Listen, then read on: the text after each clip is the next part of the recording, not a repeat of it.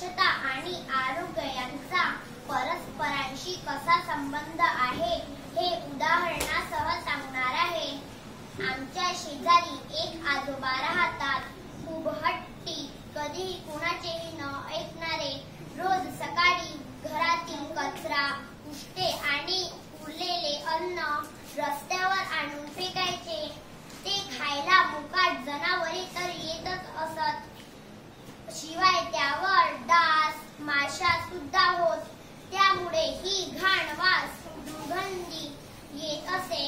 आजोबांचा हा उपक्रम नित्याचाच झाला होता। अशातच आजोबांची नात नेहमी आजारी पडायला लागली। सतत खोकला, ताप, पोटदुखीमुळे दवाखाना सुरू झाला।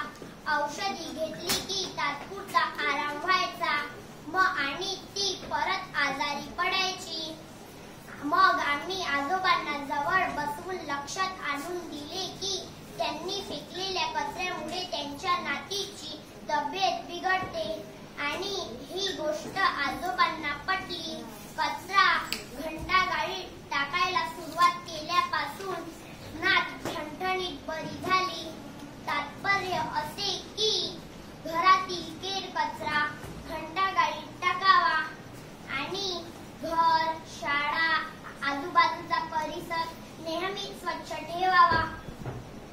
जणू करून सर्वत्र आरोग्य नांदेल। चला तर आपण मॉनिटर बनून काम करूया आणि स्वच्छतेचा संदेश घरोघरी पोहोचूया। स्वच्छ भारत, निरोगी भारत। धन्यवाद।